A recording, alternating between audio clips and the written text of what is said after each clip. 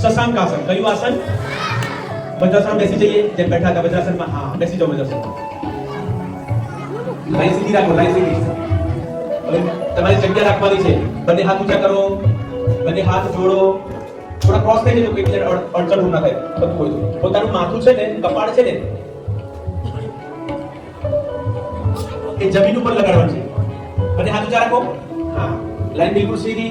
હવે ધીરે ધીરે પોતાનું કપાળ માથું જમીને લગાડો. હા, માથું ઊંચું નહીં કરતા. આને કહેવાય શશાંકાસન. પૂજ્ય બાપુ કહે છે કે ચંચળ જિદ્દી સ્વભાવ પર નિયંત્રણ મેળવવું હોય તો રોજે 5 થી 10 મિનિટ આટલા પડ્યા. બાપુને મથા ટેક પણ કહે છે. આ મથા ટેક શશાંકાસન રોજ જે કોઈ વિદ્યાર્થી કરે તો નાની નાની વાતમાં જીદ કરતો હોય, નાની નાની વાતમાં ગુસ્સો કરતો હોય, એ વિદ્યાર્થીનો ગુસ્સો દૂર થઈ જાય. એનો જિદ્દી સ્વભાવ નિયંત્રણ આવવા લાગે. એવું અદ્ભુત આ શશાંકાસન છે. પડ્યા થોડી વાર. બંને હાથ સીધા રાખવાના, ઊંચા નહીં કરવાના. જમીન ઉપર બંને હાથ રહે. હા, પ્રણામ કરતા ને એ રીતના. સરસ. વાહ ભાઈ. શશાંકાસન કરવાથી શું લાભ થાય? જિદ્દી સ્વભાવ પર નિયંત્રણ આવે. શશાંકાસન કરવાથી ગુસ્સાવાળો ક્રોધી સ્વભાવ નિયંત્રિત થવા લાગે. કેટલી વાર કરવાનું? રોજે 5 થી 10 મિનિટ. જે વિદ્યાર્થીને પોતાના મન ઉપર કાબુ મેળવવો હોય એ રોજ જે મથાટે કાર્યક્રમ કરે. બસ ધીરે ધીરે મૂળ સ્થિતિમાં આવી જઈએ. સરસ. વાહ ભાઈ વાહ. સુખાસનમાં બેસી જઈએ. ચલો, પહેલા કયું આસન શીખ્યા? વજ્રાસન. બીજું કઈ શીખ્યા? ચોથું શશાંકાસન. અને પાંચમું આસન કરવા જઈ રહ્યા છે જેનું નામ છે પાદ પશ્ચિમોત્તાસન. કયું આસન? પાદ એટલે પગ, બરાબર ને? ભગવાન શિવજીનું પ્રિય આસન અને બાપુજીનું પણ પ્રિય આસન. જેને દ્રઢ મનોબળ વાળા બનવું હોય એ આસન શીખી લે. બેનોને જે માસિક સંબંધી પિરિયડમાં કોઈ તકલીફ હોય ને તો એના પર નિયંત્રણ આવે છે. બહુ સરસ આસન છે આ. બ્રહ્મચાર્ય માટેનું ઉત્તમ આસન. તો સૌથી પહેલા દરેક પોતાનો આકાર કરી દો. આ બાજુ મોં કરી દો. આમ બેઠક પાસે ફરી જાઓ, ફરી જાઓ. પગ લાંબા કરી દો. ચલો, બંને હાથ ઊંચા કરો. હવે તમે દરિયો જોયો છે? દરિયામાં નાવડી જોઈ છે? તો પાદ પશ્ચિમોત્તાસન કરતા પહેલા થોડી નાવડી ચલાવીએ. બંને હાથમાં હલેસા પકડો મુઠ્ઠી વાળો અને પોતાનું માથું ઘૂંટણમાં લગાડીને નાવડી ચલાવજો.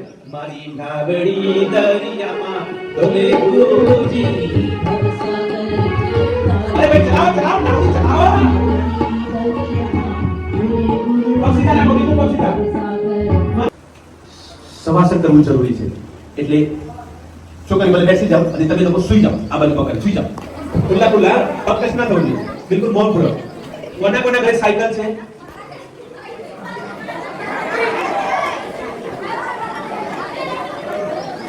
છોકરી પણ સુઈ જાવ. ઓલી બાજુ પકડ, જલ્દી. હા, ઓલી બાજુ જગ્યા ખાલી જાવ. ખુલ્લા થઈ જાવ.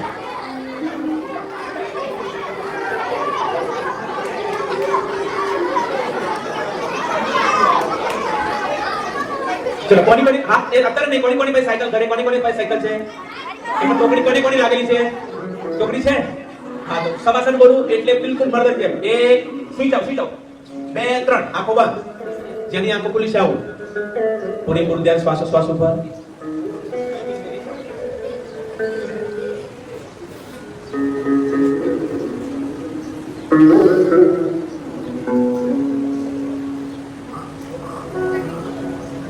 બસ આંખ ખોલી દો. હવે બંને પગ ઊંચા કરી દો. સાયકલ ચલાવી. ચલો, ચલાવો. છોકરી કે સાયકલ તો ચાલતી નથી. ચલાવો સાયકલ. સાયકલ મારી સરળ જાય, પિંકી ચોકડી ચલાવતી જાય, ડોસીમાં. બરાબર.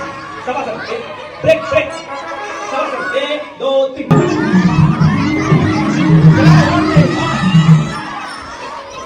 ચલો.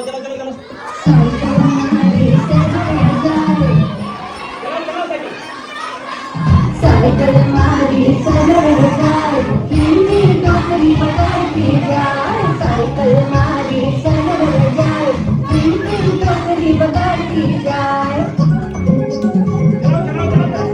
डोसीमा आधा खसो तो चक्कर घुसो. डोसीमा आधा खसो तो चक्कर घुसो. रस्ताમાં ચીકણી ના સુંઘાય, રસ્તામાં ચીકણી ના સુંઘાય. વાતમાં સાયકલ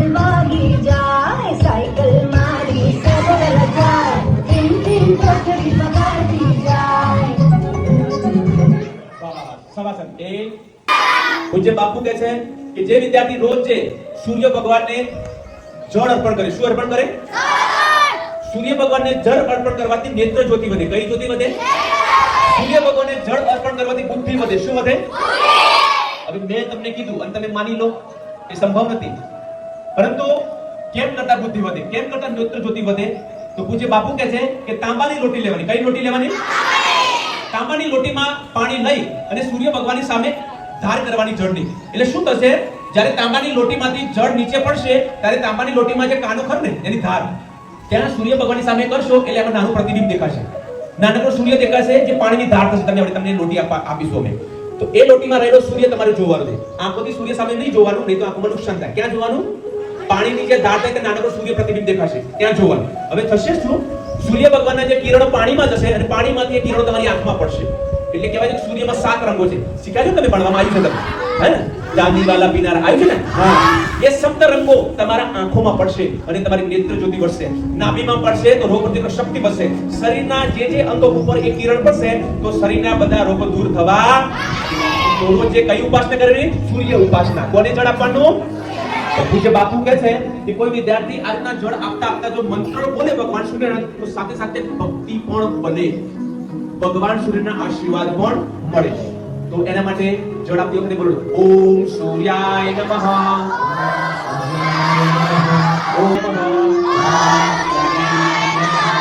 જે સૂર્ય ઉપાસનાના મંત્રો યાદ રાખી લેશે એને આપણે ઇનામ આપીશું. તૈયાર છો? ઓમ ભાસ્કરાય નમઃ. ઓમ ભાસ્કરાય નમઃ. ઓમ આદિત્યાય નમઃ. ઓમ મિત્રાય નમઃ. ઓમ ભાનવે નમઃ. ઓમ ભાનવે નમઃ. ઓમ રવે નમઃ. ઓમ રવે નમઃ. 12 નામ છે, 6 નામ યાદ રહી ગયા?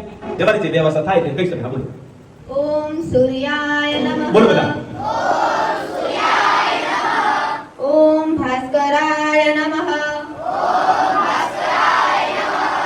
ઓમ આદિત્યાય નમઃ. ઓમ મિત્રાય નમઃ.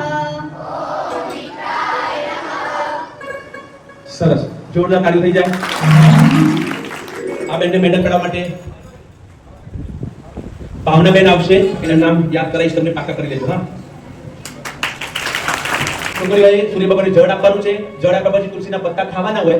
રવિવારે તુલસીના પત્તા ખવાય. સમજી ગયા? રોજ જે કરે આવી રીતના તુલસીના પત્તા ખાજો. અહીંયા પૂજ્ય બાપુએ શક્તિપાત કરેલો વડ બાદશાહ છે.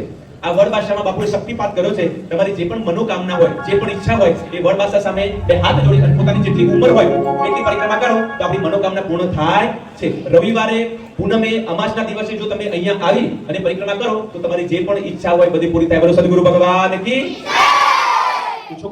કરવાની છે અને પછી તિલક કરવાનું છે. અહીંયાથી હું મંત્ર બોલું પછી તમારે જળ ચડાવવાનું છે.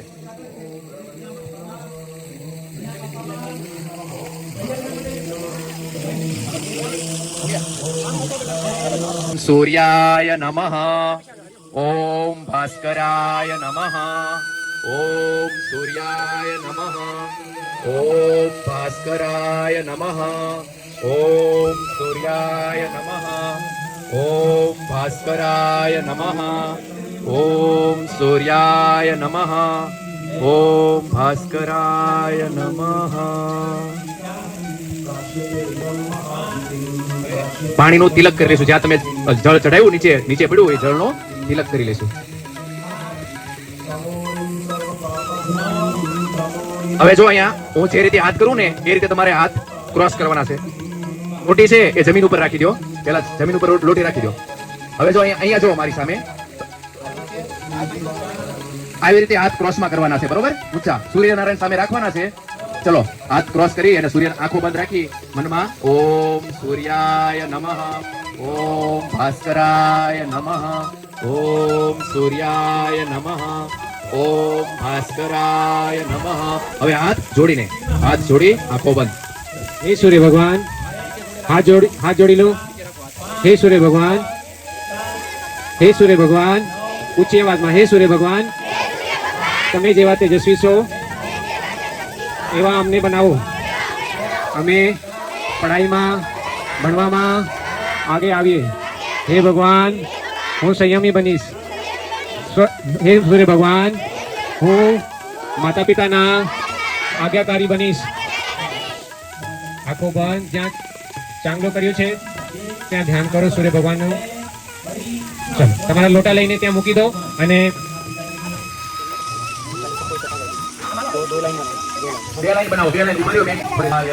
ઓમ નમો ભગવતે વાસુદેવાય. ઓમ નમો ભગવતે વાસુદેવાય. ઓમ નમો